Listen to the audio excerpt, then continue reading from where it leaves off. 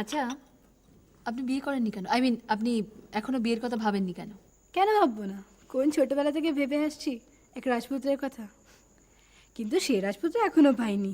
সে তো ছোটবেলা থেকে প্রত্যেক মেয়েরই একটা স্বপ্নের পুরুষের সম্পর্কে ধারণা থাকে, কিন্তু সে তো শুধু ধারণাই, বাস্তবে তো অন্য একজনকে মেনে নিতেই হয়। কেন? আপনার জীবনে যিনি এসেছেন তিনি কি একেবারেই আপনার স্বপ্নের পুরুষের মতো হননি? আপনি কিন্তু ভীষণ চালাক, জানেন তো। আপনাকে আমি কথাটা জিজ্ঞেস করলাম, আর আপনি ঘুরিয়ে ফিরিয়ে সেই কথাটা আমার দিকে ঠেলে দিলেন। আপত্তি থাকলে অবশ্য বলতে হবে না। না না, আপত্তি কি আছে? আসলে আমাদের জীবনে তো সেরকম বলার মতো কোনো ঘটনা থাকে না, না? আর ভালো বর ঘর পাওয়াটাও তো ভাগ্যের ব্যাপার, তাই না? আচ্ছা, কোনো প্রেম না না, অবশ্য চেহারা টেহারা ভালো বলে কয়েকজন আগ্রহ দেখিয়েছিল, তবে আমার সেগুলোর থেকে নিজের পায়ের মাটিটা শক্ত করা বেশি জরুরি বলে মনে হয়েছে। অবশ্য আপনার মতো ডাক্তার স্বামী পেলে হয়তো ভেবে দেখতাম। বাবা, তাই নাকি? তার মানে আপনার ডাক্তার ছাড়া কাউকে পছন্দ নয়? শুধু ডাক্তারই হতে হবে তাই না, বড় ইঞ্জিনিয়ার কিংবা বড় সরকারি আমলা, মোটমাট সে মানুষের যেন বড় নাম ডাক থাকে, যাতে সেটা ভাঙে আমিও একটু বড় হয়ে উঠতে পারি। নাহলে মিচিমিচি তাকে বিয়ে করে লাভ কি, তাই না? আচ্ছা, আমি তো আশ্চর্য হয়ে যাচ্ছি যে আপনি বিয়ে করবেন হাজব্যান্ডকে সিঁড়ি হিসাবে ব্যবহার করার জন্য। এই যুগটাই এমন, সবাইকে নিজের কথাই ভাবতে হয়। আর একজন নামডাকালা হাজব্যান্ড থাকলে কত সুবিধা বলুন তো। এই তো দেখুন না, আপনি যে এখানে এক কথায় চাকরিটা পেয়ে গেলেন, সে তো স্পন্দনের বিখ্যাত ডাক্তার নক্ষত্ররায়ের ওয়াইফ বলেই তো, তাই না? সেদিন কিন্তু আপনি অন্য কথা বলেছিলেন। দেবাংশু কাকু আমার পরিচিত বলেই আমি চাকরিটা পেয়েছি। তাও ঠিক, দুয়ে দুয়েই তো চার হয়। তার মানে আপনি এটাও বুঝলেন না? আমাদের স্যারের দরকার ছিল ডক্টর নক্ষত্র রায়কে কোনো রকমের অব্লিগেশনে ফেলার, আর আপনি ওনার পূর্ব পরিচিত হলেও আপনার আসল পরিচয় তো ডক্টর নক্ষত্র রায়ের ওয়াইফ। তো দুই আর দুয়ে চার তো খুব সহজেই হয়ে গেল, তাই না?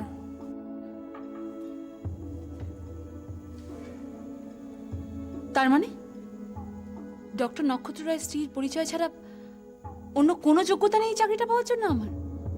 সরি সরি, আপনি আমাকে ভুল বুঝবেন না, আমি তো সেভাবে কথাটা আপনাকে বলতে চাইনি। আমি তাহলে আজকে চলি। ও হ্যাঁ, চা খাওয়ানোর জন্য খুব ধন্যবাদ। আসি তাহলে।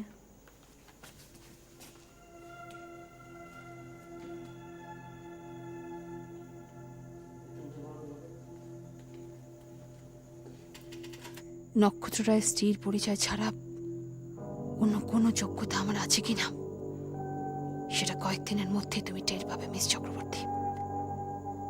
খুব বেশি দিন অপেক্ষা করতে হবে না তোমায়। কে মল্লিকা? খুব ব্যস্ত নাকি? শোনো, সে ভদ্রলোক এসছেন। হ্যাঁ, আমি কথা বলে নিচ্ছি, কিন্তু তোমারও তো একটু কথা বলে নেওয়া উচিত। একবার আসা দরকার, একবার এসো। হ্যাঁ, রাখি। আচ্ছা,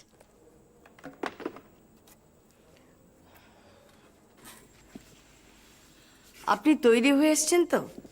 বাচ্চাকে আজই নিয়ে যেতে পারবেন তো? হ্যাঁ, আমার কোনো অসুবিধা হবে না। তাহলে অপেক্ষা করুন, মল্লিকা এক্ষুনি এসে যাবে। ঠিক আছে, কিন্তু দিদি একটা কথা বলছিলাম, মানে ওই টাকা পয়সার ব্যাপারটা যদি আজকে একটু ঠিক করে নেন। সেটা কোনো অসুবিধা হবে না। কত চাইছেন আপনি? মানে 1000 টাকা না হলে ঠিক, আসলে বুঝতেই তো পাচ্ছেন মাগিগন্ডার বাজার, এই বাজারে একটা বাচ্চাকে মানুষ করার ঝামেলা তো অনেক। ঠিক আছে, হয়ে যাবে, কিন্তু বাচ্চার কোনো অযত্ন হবে না তো? না না, অযত্ন কেন হবে? আমি তোকে নিজের সন্তানের মতো মানুষ করব বলেই নিয়ে যাচ্ছি। তা তো ঠিকই, নিজের সন্তানের মতো করে মানুষ করবেন, সঙ্গে 1000 টাকা করে নিচ্ছেন, ঠিক আছে। কিন্তু একটা কথা মনে রাখবেন, বলুন। আমি কিন্তু সপ্তাহে একবার করে যাব। নিশ্চয়ই। যদি দেখি বাচ্চার অযত্ন হচ্ছে, সঙ্গে সঙ্গে আমি তাকে নিয়ে আসব। মাসে মাসে বাচ্চার নাম করে 1000 টাকা করে নেবেন আর তাই দিয়ে আপনাদের পেট ভরাবেন, তা কিন্তু আমি কিছুতেই হতে দেব না। না না, এ আপনি কি বলছেন দিদি? আমি কখনো তাই পারি? আসলে ওই দুধের শিশু না হলে এই টাকাটা আমি কখনোই হাত পেতে নিতাম না।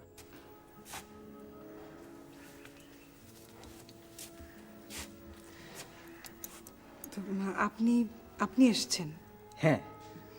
মল্লিকা, তুমি এবার ওনার সঙ্গে কথা বলে নাও, উনি 1000 টাকা করে চাইছেন। কি কাজ করেন আপনি? আমি একটা স্কুলে পিয়নের কাজ করি। ও আচ্ছা আচ্ছা। তো আপনি যে বাচ্চাটাকে নেওয়ার কথা ভাবছেন, রোজগারের দিক থেকে কোনো সমস্যা নেই তো? না না, আমার কোনো সমস্যাই নেই। তাছাড়া মাসে মাসে 1,000 টাকা করে পেলে আর তো কোনো সমস্যা থাকার কথা নয়। আমার আরও 2টো বাচ্চা আছে জানেন। হ্যাঁ, ও আচ্ছা আচ্ছা। একজনের বয়স 8, ক্লাস 4-এ পড়ে, আর একজনের বয়স 5, এবারে সবে স্কুলে ভর্তি হয়েছে, বুঝলেন দিদি। তো ব্যাপার হচ্ছে ওরাও তো আমার সংসারে 2টো ডাল ভাত খেয়ে বড় হচ্ছে। না না, দেখুন আমাদের কথা হচ্ছে যে যদি আপনার আরো বেশি টাকা লাগে আমরা দেব, কিন্তু এই বাচ্চার যেন কোনো রকম কষ্ট না হয়। না না, এতে কষ্ট কেন হবে? ওর কোনো রকম কষ্ট হবে না। তাছাড়া মাসে মাসে 1,000 টাকা করে পেলে তো আর কোনো কষ্ট হওয়ার কথাই নয়।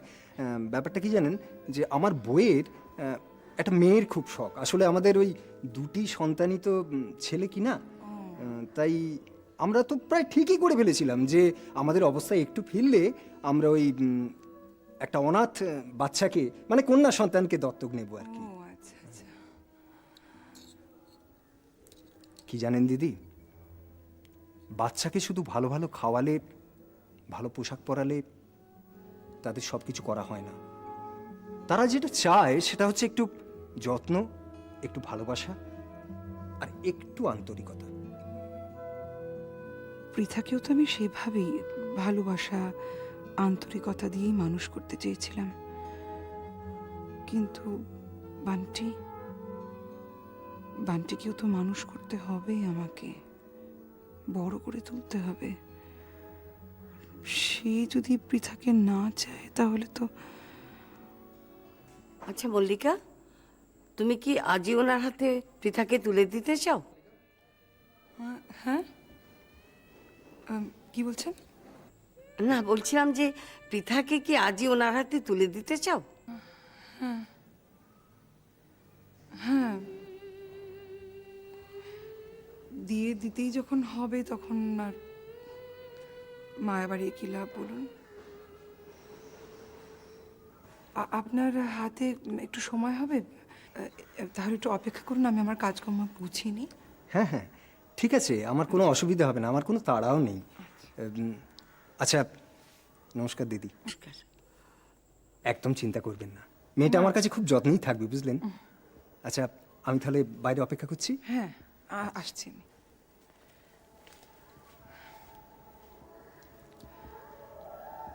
অনেক ধন্যবাদ আপনাকে। এতে ধন্যবাদের কি আছে ভাই?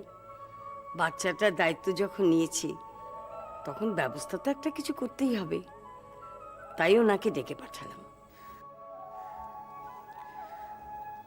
আপনার দায়িত্ব আপনি করেছেন, আমি তো আমারটা তো আমি করতে পারলাম না। বাচ্চাটাকে আমি বাড়ি নিয়ে গেছিলাম নিজে মানুষ করব বলে, কিন্তু শেষ পর্যন্ত তো আর।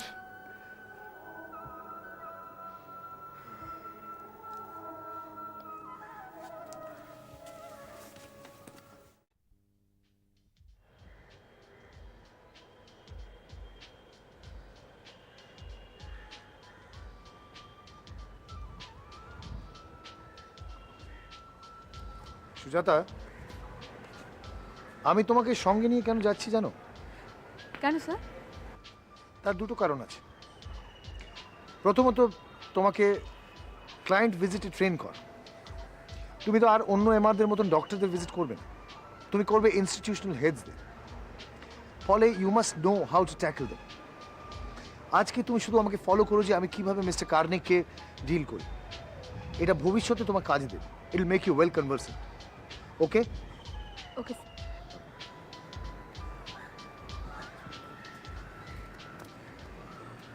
খগেন,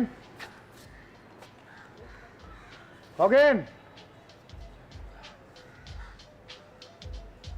আমার এই ড্রাইভারটা এত ফাঁকি দেয় না, নিশ্চয়ই অন্য ড্রাইভারদের সাথে বসে তাস খেলছে। ডিসগাস্টিং। স্যার, দ্বিতীয় কারণটা কি বললেন না তো? দ্বিতীয় কারণ? ও হ্যাঁ, বুঝেছি, তোমাকে কেন সঙ্গে নিয়ে যাচ্ছে। দেখো, এটা একটা বড় ইনস্টিটিউশনের অর্ডার, বুঝতেই পারছো। I can't afford to lose it. আমি কোনো রিস্ক নিতে চাইছি না। তো বড় অর্ডারের সাথে আমাকে সঙ্গে নিয়ে যাওয়ার কি সম্পর্ক সেটা তো বুঝতে পারলে না? আশ্চর্য, একটা কথা শোনোনি যে সুন্দর মুখের জয় সর্বত্র। মিস্টার কার্নিক তোমার সুন্দর মুখ দেখে আমাকে অর্ডার না দিয়ে পারবেনই না। কি যে বলেন না স্যার। সত্যি বলছি, আমি খবর নিয়ে দেখেছি মিস্টার কার্নিকের মহিলা প্রীতি অসম্ভব। তারপরে সুন্দরী মহিলা দেখলে ওনার যে কি অবস্থা হয় আমি জানি। মিস্টার কার্নিক তোমাকে দেখলে না একদম ঘায়াল হয়ে যাবে, আর আমাকে অর্ডারটা দেবেনি। তাই জন্য তো তোমাকে নিয়ে যাচ্ছি।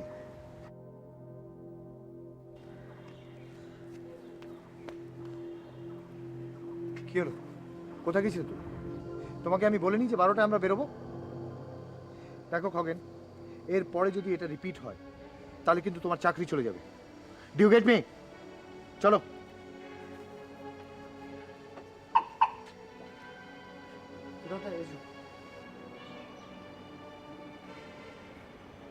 কি হলো সুজাতা? এসো।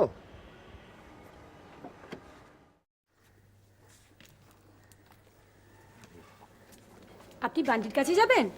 আগে আসলে এখনো তো ভিজিটিং আওয়ার শুরু হয়নি, মানে আমি তো আগে ভাগে এসে পড়েছি তো। তাতে কি হয়েছে, আপনি যেতে পারেন। আর একটু পরেই তো ভিজিটিং আওয়ার শুরু হয়ে যাবে। কেমন আছে আজকেও? ভালোই আছে। একটু আগে তো মল্লিকা দি ওকে দেখে গেছেন। আপনি যান। আচ্ছা, ধন্যবাদ।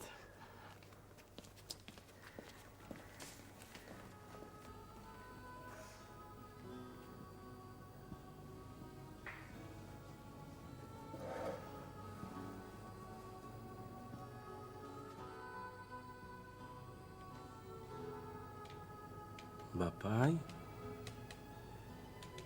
বাপাই, তুমি এসে গেছো? হ্যাঁ বাবা, কেমন আছো তুমি? ভালো আছি, শুধু একটু ঘুম পাই। ঘুম পায়? খুব ভালো তো। যত ঘুম পাবে তুমি তত ঘুমিয়ে নেবে, দেখবে তাড়াতাড়ি সুস্থ হয়ে উঠবে। বারে, তাহলে বুঝবো কি করে যে তোমরা এসছো? এই ব্যাপার। বেশ, তো আমরা তোমার ঘুম না ভাঙা পর্যন্ত অপেক্ষা করবো, কোথাও যাবো না। ছাড়া অপেক্ষা করবে?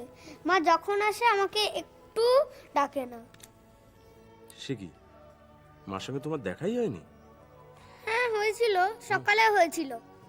সিস্টার দিদি বললো মা একটু আগে এসেছিল, আমি তখন ঘুমোচ্ছিলাম বলে আমাকে ডাকেনি। ও এই ব্যাপার। তো তাতে কি হয়েছে? দেখো, মা তো এখানেই বেশিরভাগ সময় থাকে। মা ভেবেছে যে পরে তোমার সঙ্গে এসে দেখা করে নেবে। না, দেখো, একটু পরেই হয়তো মা এসে তোমার সঙ্গে দেখা করবে। না না, এখনই দেখা করতে হবে। আচ্ছা দেখো দেখি, আচ্ছা মা যদি এখন অন্য পেশেন্টদের সঙ্গে ওইখানে সময় দিয়ে থাকে তাহলে তো মা। না না, আমার মার সাথে দেখা করতে চাই। বান্টি বাবু, কি হয়েছে? আমার মা কোথায়? কেন, মাকে খুব দেখতে ইচ্ছা করছে? হ্যাঁ। কিন্তু মা যদি এখন ব্যস্ত থাকেন, যদি আসতে না পারেন, তোমার বাপি তো আছেন, বাপির সাথে কথা বলো না। না, আমার বাপ্পাই আমার মাকে দুজনের সাথে একসাথেই দেখতে ইচ্ছে করে। ঠিক আছে, আমি দেখছি তোমার মা কোথায়। হ্যাঁ, তুমি ততক্ষণ তোমার বাপির সঙ্গে কথা বলো, কেমন?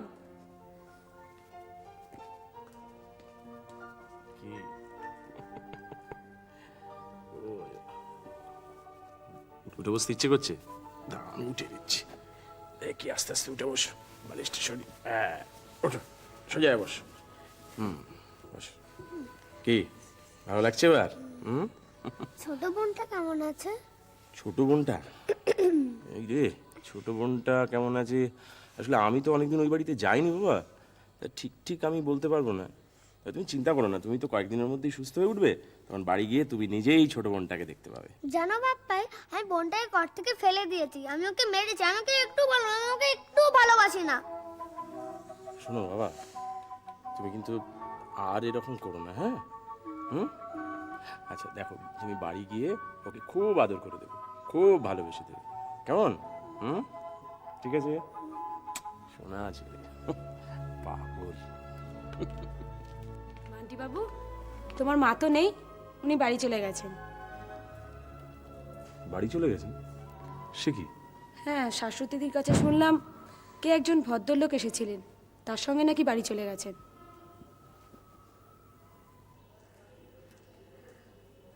ভদ্রলোক এসেছিলেন? কে তিনি?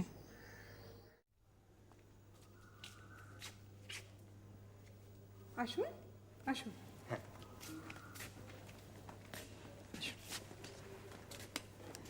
বসুন। ঠিক আছে, আমার জন্য ভাবতে হবে না। আমার মা। নমস্কার। নমস্কার। মা, পৃথা কোথায়? ঘরে ঘুমোচ্ছে। কেন রে? আচ্ছা, বলছিলাম কি যে ওর জামা কাপড়, টাওয়েল, ওষুধপত্র, সাবান, তেল, শ্যাম্পু, যাবতীয় যা যা আছে, ডায়াপার্স, হ্যাঁ, একটা ব্যাগের মধ্যে একটু প্যাক করে দাও তো। আর ওর আপনি ট্যাক্সি করেই যাবেন তো এখান থেকে? হ্যাঁ। ওর যে কটটা আছে না, যেটাতে ওকে শোয়ানো হয়, ওটা কি আপনি নিয়ে যেতে পারবেন? মানে কোনো অসুবিধা হবে না তো? না না, অসুবিধে কিসের, ট্যাক্সিতেই যাব যখন, বরং ওটা পেলে আমার সুবিধেই হবে। আচ্ছা, ঠিক আছে। আমার কাছে অন্য অবশ্য একটা আছে, কিন্তু সেটা প্রায় 5-6 বছরের পুরনো। আসলে কি অবস্থায় আছে আমি তো ঠিক জানি না। তাহলে দিয়ে দিচ্ছি। হ্যাঁ হ্যাঁ, আপনার নতুন একটা নিজে- পেলে তো ভালোই হয়। হ্যাঁ হ্যাঁ, নিয়ে যেতে অসুবিধা না হলেই হলো আর কি। হ্যাঁ। তাহলে কটটা কি হলো মা, দাঁড়িয়ে আছো কেন? যাও। ইনি পৃথাকে নিয়ে যেতে এসেছেন। পৃথাকে নিয়ে যেতে এসছে মানে? মানে এখন থেকে পৃথা এনার কাছেই থাকবে, ইনি মানুষ করবেন। এটা তুই কি বলছিস? কি কেন মা? আমি তো তোমাকে বলেছি ডক্টর মুখার্জি 2 দিনের মধ্যে বান্টিকে রিলিজ করবে। হ্যাঁ, কিন্তু কিন্তু তা বলে এরকম হুট করে। প্লিজ, উনি ওয়েট করছেন, ওনাকে ছেড়ে দিই, তারপরে কথা বলবো। হুম, প্লিজ প্লিজ।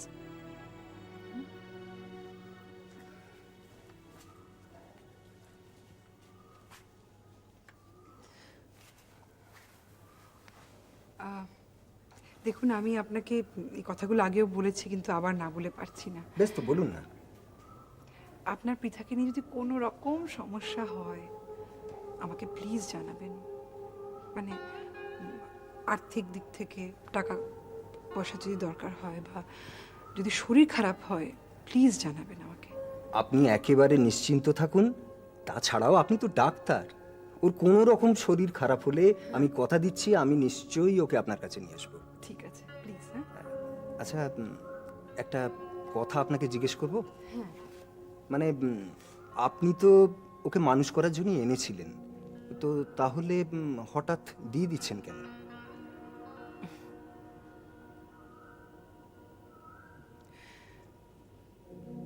কিছু অসুবিধে তৈরি হয়েছে। আচ্ছা।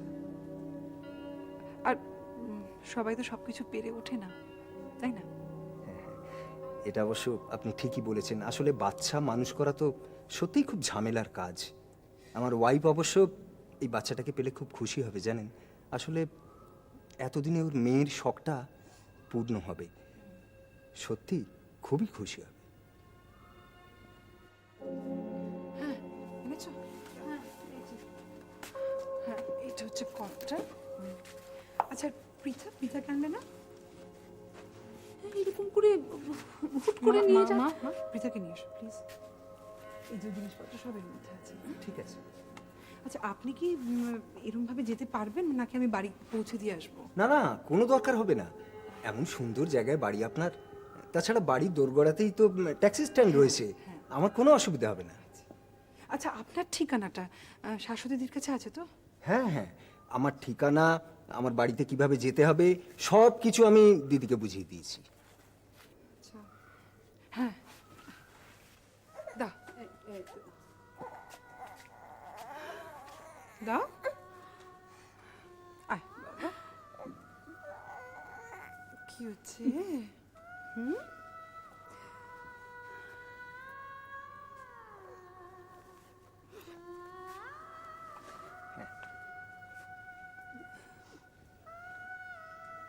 বাহ, খুব সুন্দর ফুটফুটে মেয়ে। আমার ওয়াইফ সত্যি দারুণ খুশি হবে। আচ্ছা, আমি তাহলে এবার আসি। আচ্ছা। কোনো চিন্তা করবেন না, ও আমাদের কাছে খুব যত্নে থাকবে, জানেন, খুব যত্নে থাকবে। চলি।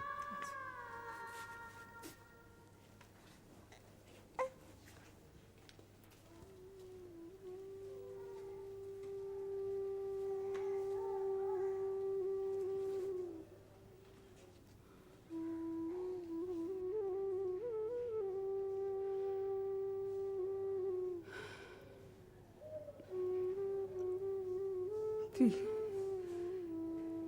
তুই এ কি করলি মল্লিকা? বাচ্চাটাকে দিয়ে দিলি?